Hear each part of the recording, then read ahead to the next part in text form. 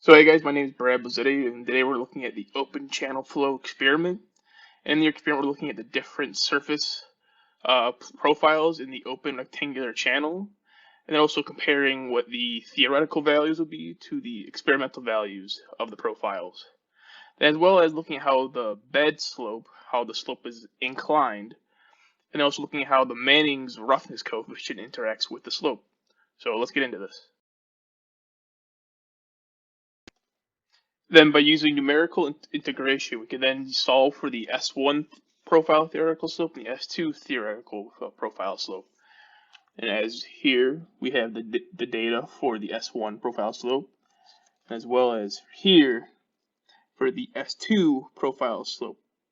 And as we see with the S1 profile slope, so as the x position is increasing, the slope is actually decreasing, as well as the Freud number.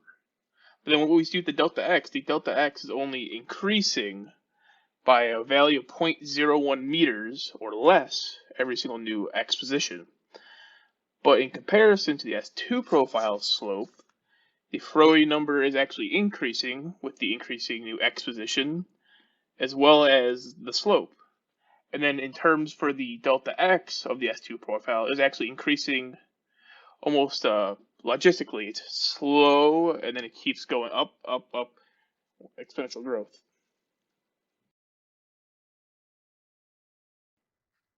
Then as we're graphing the two profiles, S1 and S2, as we see here, that we notice that the S1 profile, theoretical, is exactly the same as the experimental. Meanwhile, the S2 profile between the experimental and theoretical are a little bit different. Now, the S1 profile is generally the same because it takes place after the hydraulic jump, creating a constant value. Meanwhile, the S2 profile takes place before the hydraulic jump, so then it begins off high, then decreases, then it jumps up, which makes sense because it starts off high and then slowly begins to decrease right before the hydraulic jump, and then transitioning into an S1 profile. Then if we have an upstream gate that's set at y sub n, we have no downstream gate. The reason why the yn will remain constant across the entire system is because then we have no more back pressure being caused by the downstream gate, meaning that whatever the yn coming in will be the yn going out. And then when we calculate when using the S2 profile y depth as a y sub n, we can't measure it, and we'll use the yn in this case to be 0.021 meters.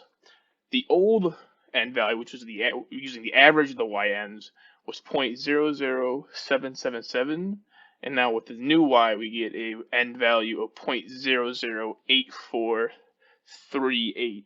So we can see that when using the S2 profile yn, we actually get an increase of the Manning's roughing coefficient compared to the average y values.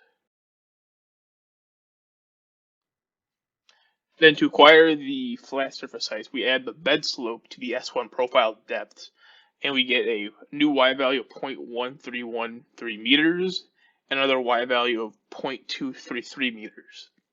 Now that as we solve for the energy gradient line, we get the difference between the 2 points to be a value of 1.55 times 10 to the negative fourth. As we see, even though we add the bed slope, the energy difference between the 2 points is still relatively very small. But then as we look at the Manning's coefficient, and the Manning's coefficient can directly change the slope of the two profiles because the Manning's coefficient is squared in the equation itself. So any variation can actually change the slope drastically. But then as we see where we can get changed in the errors, the inaccurate measurement of the depth of yn, the normal depth as we would call it, and as well as the flow rate q, because that flow rate is then used to calculate r sub h and then small q in meters squared per second.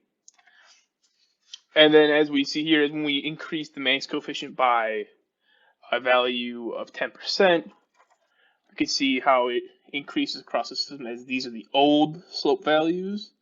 And then with the new slope values, with the increase of Manning's coefficient by 10%, Then with the S2 profile, these are the original, and then with the increased n values, the new ones. Now if you see it increased quite a bit by being a factor off of 10% of the Manning's coefficient. All right, so that's all I have, and thank you guys for watching.